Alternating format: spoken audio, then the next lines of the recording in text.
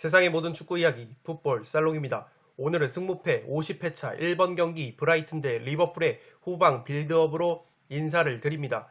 풋볼 살롱의 후방 빌드업은 승무패 해당 주차에서 역배 경기, 즉 이변이 나올 수 있는 경기를 하나 선적을 해서 풋볼 살롱만의 현미경 분석으로 좀 더 면밀하게 분석을 한 뒤에 로또픽을 구성할 수 있을지 한번 예측을 하는 프로그램이라고 보시면 되겠습니다. 지난 주차 승무패 48회차였죠. 아스톤 빌라 대 브라이튼의 경기가 브라이튼의 2대1 승리로 막을 내리면서 굉장히 역배 경기가 나왔습니다. 풋볼 살롱 같은 경우에는 해당 경기 아스톤 빌라 대 브라이튼의 경기에서 데니 웰백 선수를 집중 조명을 했고, 브라이튼의 지금 데니 웰백 선수죠. 와포드에서 이적을 한, 원래는 아스날 출신이었던 우리에게도 익숙한 웰백 선수가 브라이튼에 들어왔는데, 이 브라이튼이 웰백을 영입하면서 웰백 선수가 골은 없지만 그래도 번리전 움직임을 보니까 나쁘지 않은 움직임을 보여줬습니다. 번리전에서 브라이튼이 웰백 선수를 선발로 기용하면서 비록 웰백 선수가 골은 기록하지 못했지만 날카로운 움직임과 슈팅을 보여줬는데, 이 웰백 선수가 골은 넣지 못하더라도 브라이튼의 어떤 최전방에 들어올 경우에는 최전방의 닐 무페 선수와 이선의 어떤 다부진 선수들 코널리 그리고 트로사르 등 그러한 선수들이 어떤 구조적인 안정감을 찾을 수 있다고 봅니다. 따라서 저는 이 웰백 선수의 어떤 존재감만으로도, 이 베테랑 선수의 존재감만으로도 브라이튼이 공격진의 어떤 구조적인 밸런스가 조금은 살아날 수 있지 않을까 싶습니다. 따라서 브라이튼이 지금 특히 아스톤 빌라 같이 이렇게 맞불을 놓는 팀을 상대로는 상당히 브라이튼도 물러서지 않는 경기를 하죠. 브라이튼이 지금 패배한 경기를 보면 첼시전에서 1대3 패, 맨유전에서는 상당히 경기를 잘해놓고 2대3으로 패배를 했고, 에버튼에도 2대4 패, 토트넘에도 1대2 패, 상당히 맞불을 놓는 팀들한테 브라이튼이 물러서지 않는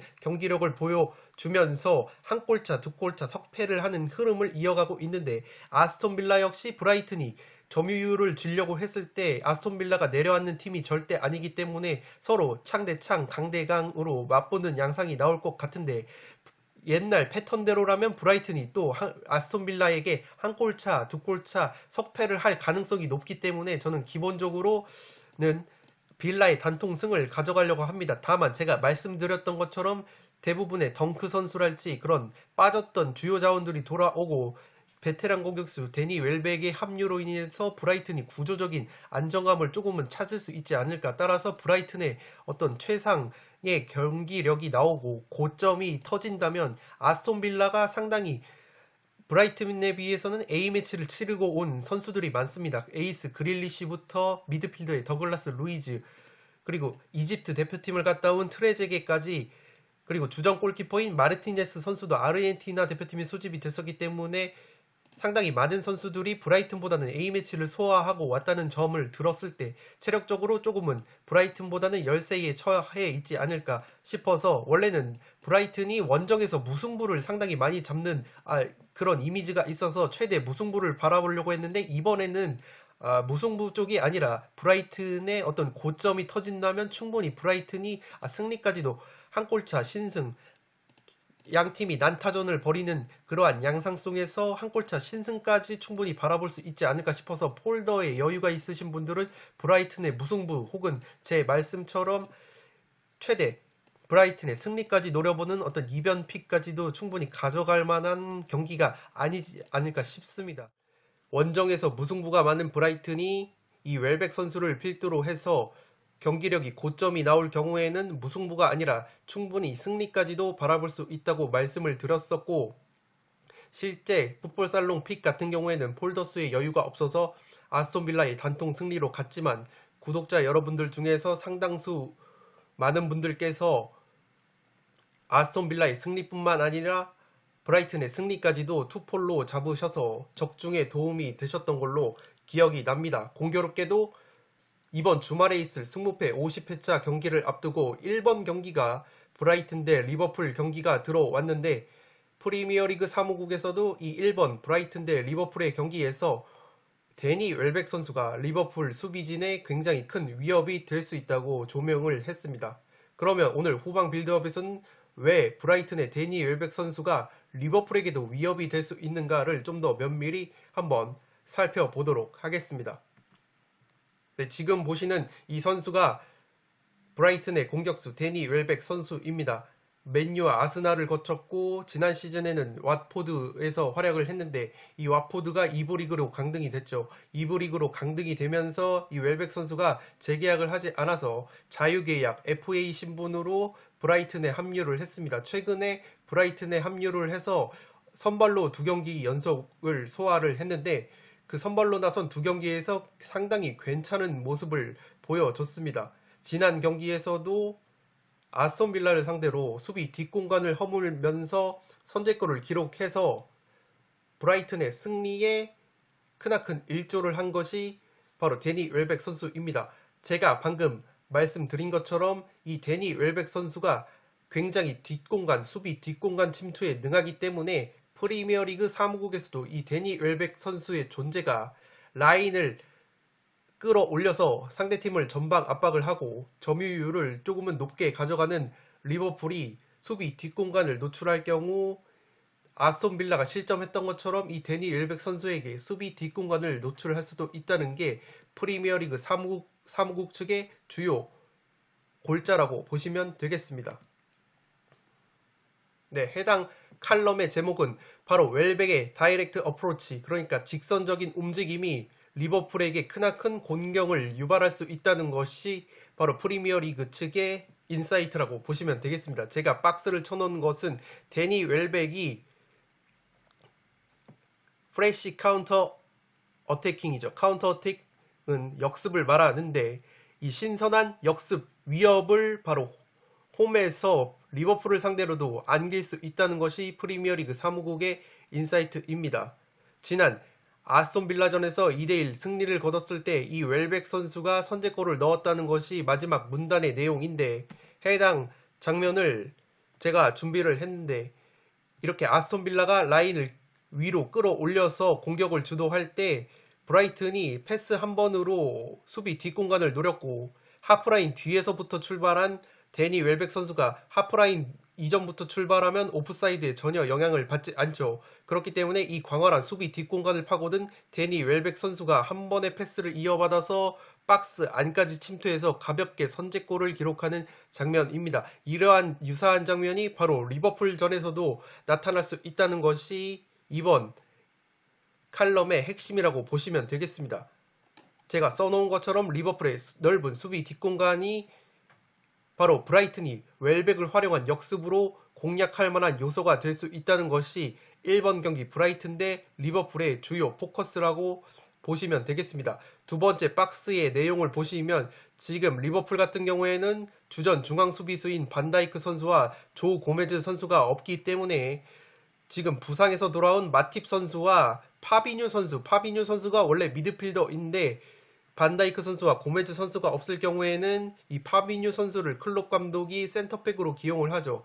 이 마팁과 파비뉴 선수의 어떤 중앙 수비 조합이 구성이 됐을 때 상당히 이 뒷공간 침투에 능한 웰백 선수가 위협이 될 수 있다는 것이 두 번째 박스의 내용입니다.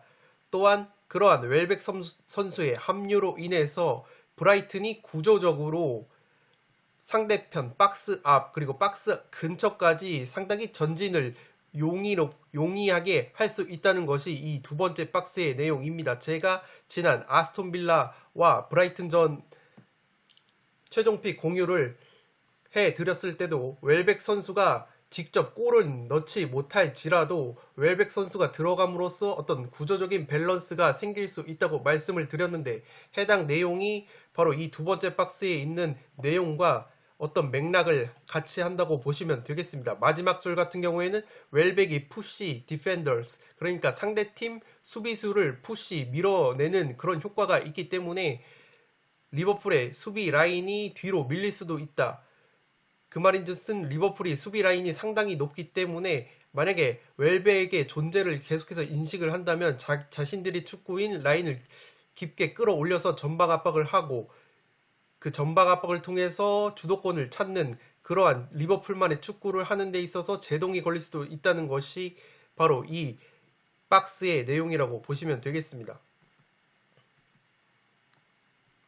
프리미어리그 측이 제시한 통계를 보시면 지금 상대편 박스 안에서 평균 터치 횟수를 90분을 기준으로 했을 때 이 상대편 페널티 박스 안에서 과연 어떤 선수가 가장 많은 터치를 가져갔나라는 통계인데 리버풀의 모하메드 살라 선수가 90분당 10.64회의 터치를 가져가서 1등인데 2등을 기록한 선수는 바로 브라이튼의 데니 웰백 선수입니다. 물론 데니 웰백 선수가 지금 선발로는 2경기밖에 나서지 않아서 상당히 평균치가 높게 잡히는 것도 있겠지만 그럼에도 불구하고 2경기밖에 소화하지 않았음에도 상대편 페널티 박스 안에서 10번이나 가까운 터치를 해내고 있다는 점은 브라이튼의 최전방 공격에 있어서 원래는 데니 웰백 선수가 없었을 때 닐 무페 선수에게 의존하는 경향이 있었는데 이 베테랑 스트라이커가 최전방에 들어오면서 페널티 박스 안에서 터치를 이렇게 많이 가져가고 있다는 점은 구조적인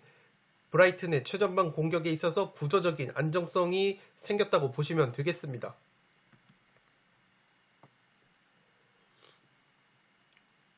네, 두 번째 박스의 내용은 제가 앞서 말씀드렸던 그 브라이튼의 최전방 공격을 함께 책임지고 있는 닐 무페 선수 같은 경우에는 박스 안에서 90분을 기준으로 했을 때 평균 5.83회의 터치를 가져가는 데에 비해서 웰백 선수는 그의 2배에 가까운 바로 9.84회의 터치를 가져가기 때문에 상당히 두 선수가 케미가 살 수 있다는 것이고 이러한 웰백 선수의 존재로 인해서 하이 라인이죠.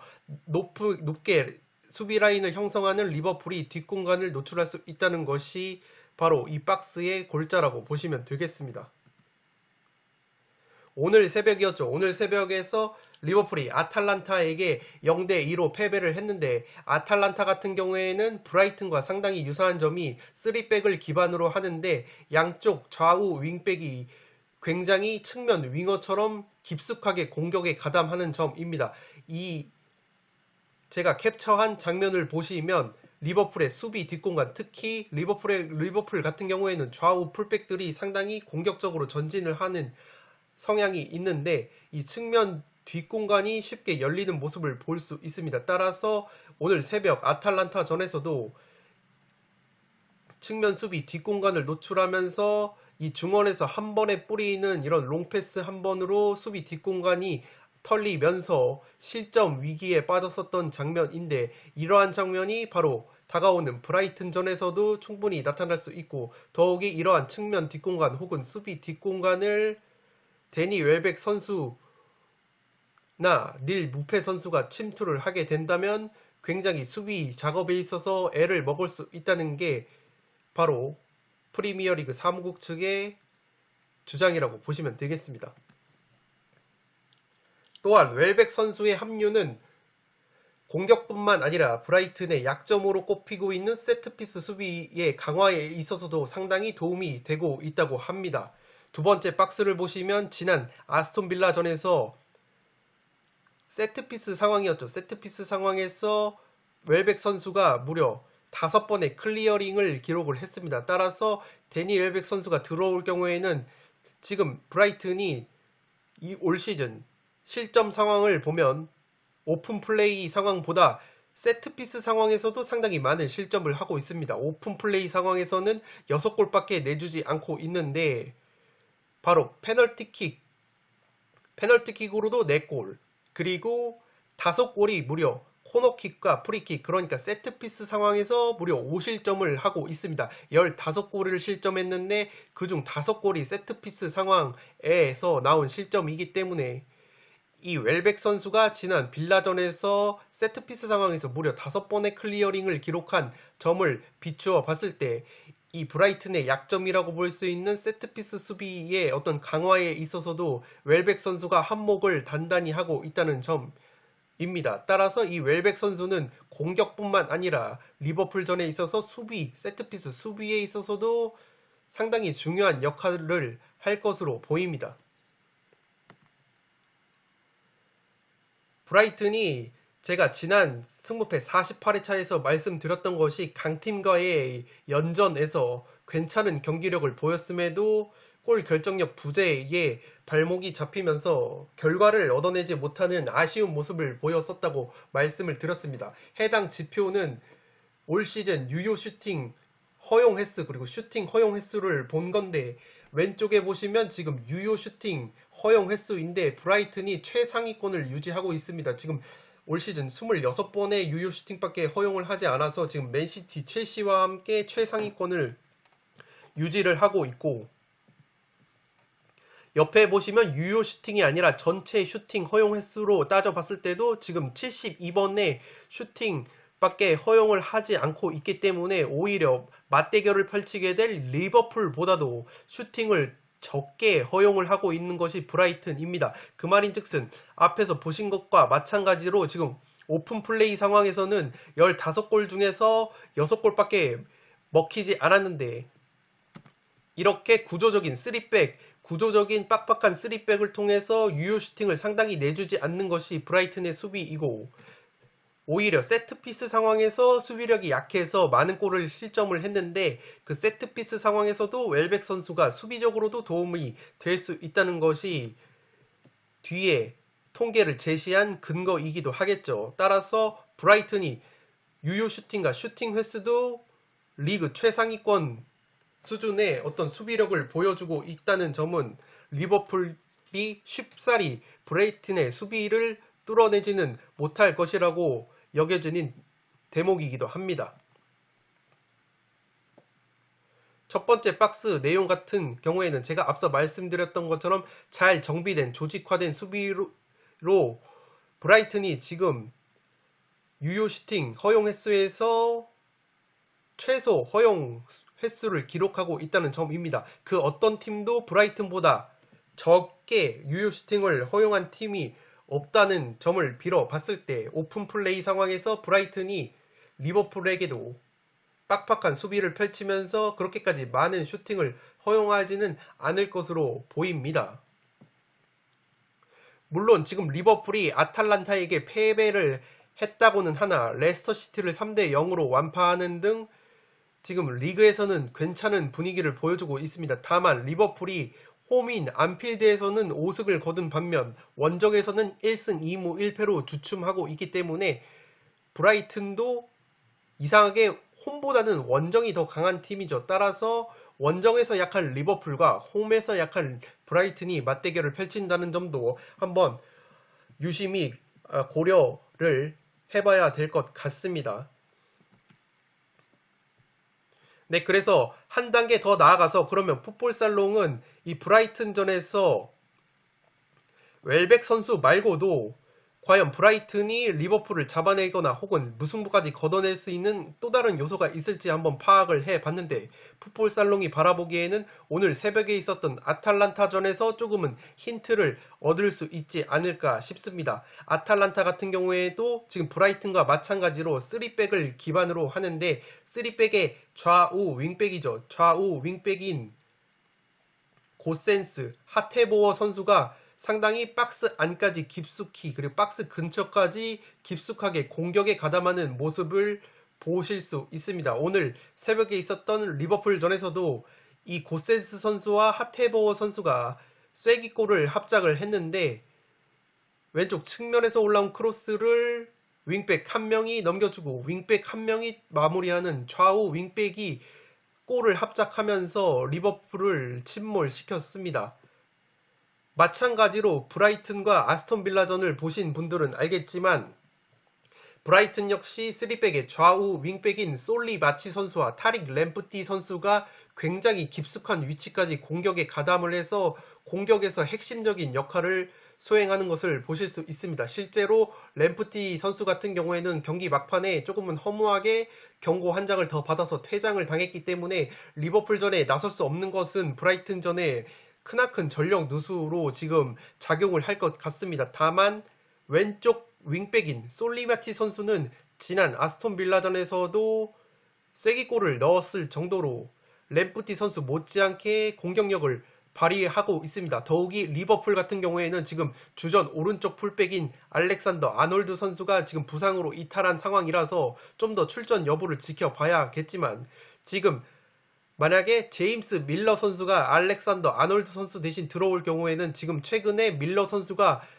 알렉산더 아놀드 선수의 부상 이탈로 인해서 2경기 연속을 소화하면서 체력적으로 부담이 있을 것으로 보입니다. 그러한 측면에서 지금 리버풀이 오른쪽 측면 수비에 어려움을 겪을 수 있고, 그러한 부분을 브라이튼의 왼쪽 윙백인 솔리마치 선수가 적극적으로 공략을 한다면 이 아탈란타전이 양쪽 윙백을 활용해서 리버풀의 뒷공간, 수비 뒷공간을 허물면서 득점을 한 것처럼 브라이튼도 3백을 기반으로 양쪽 좌우 윙백이 공격 가담이 활발하기 때문에 이러한 실점 장면이 똑같이 유발될 수도 있다고 봅니다. 해당 장면은 제가 앞서 말씀드렸던 것처럼 브라이튼의 왼쪽 윙백인 솔리 마치 선수가 지금 아탈란타의 윙백 선수들과 마찬가지로 지금 박스 안까지 깊숙이 공격에 가담을 해서 쐐기골을 넣는 장면입니다. 오른쪽 박스에서 올라온 컷백 크로스를 솔리마치 선수가 원래 왼발이 상당히 좋은데 오른발로도 정교한 킥을 구사하면서 골을 넣었습니다. 그러한 이 2번 선수가 램프티 선수인데 아탈란타로 따지자면 하테보어 선수, 그리고 아탈란타로 따지면은 왼쪽 윙백이 고센스 선수가 될 텐데, 이 램프티 선수가 나오지 못하는 것은 브라이튼이 크나큰 전력 누수로 작용할 것으로 보입니다. 다만 솔리마치 선수는 그래도 출전이 가능하기 때문에 아탈란타전에서 보였던 리버풀의 어떤 수비 뒷공간의 약점, 그것을 웰백 선수나 무페 선수가 충분히 침투할 여지가 있고, 더욱이 브라이튼과 마찬가지로 아탈란타 역시 3백에서 좌우 윙백이 공격에 활발히 가담을 하고 이런 윙백들의 변칙적인 공격 가담으로 골까지 만들어냈기에 브라이튼도 지난 아스톤 빌라전에서 윙백인 솔리마치 선수가 공격에 가담했고, 램프티 선수 같은 경우에는 골은 없었지만 상당히 오른쪽에서 박스 안까지 진입을 하고 측면에서 활발한 공격적인 움직임으로 아스톤 빌라 수비진을 애를 먹였습니다. 그렇기 때문에 이렇게 구조적인 유사점을 갖고 있는 아탈란타 그리고 브라이튼전을 한번 대입을 해 봤을 때 웰백 선수뿐만 아니라 브라이튼이 자랑하는 윙백 공격에 리버풀이 조금은 고전할 수 있는 요소가 있을 수 있지 않을까 싶습니다. 네, 끝으로 후방 빌드업 인사이트를 정리를 하면 빡빡한 전방 압박과 양쪽 풀백의 적극적인 공격 가담을 골자로 하는 리버풀의 공격이 수비 뒷공간을 심하게 노출하고, 그 심하게 노출된 수비 뒷공간을 바로 아스톤 빌라전처럼 브라이튼의 베테랑 공격수인 데니 웰백 선수가 충분히 침투할 수 있다는 것이 프리미어리그 사무국의 인사이트라고 보시면 되겠습니다. 지난 빌라전에서도 뒷공간을 침투하면서 선제골을 기록한 웰백 선수이고, 더욱이 웰백 선수는 공격 상황뿐만 아니라 수비 상황에서 제공권, 수비력 강화로까지 존재감을 발휘할 수 있기 때문에 올 시즌 브라이튼이 세트피스 상황에서 많은 실점을 하고 있는데, 지난 아스톤 빌라전에서 세트피스 상황에서 무려 5번이나 클리어링을 기록한 이 웰백 선수가 약점으로 꼽히는 세트피스 수비도 충분히 보완을 해줄 것으로 보입니다. 또한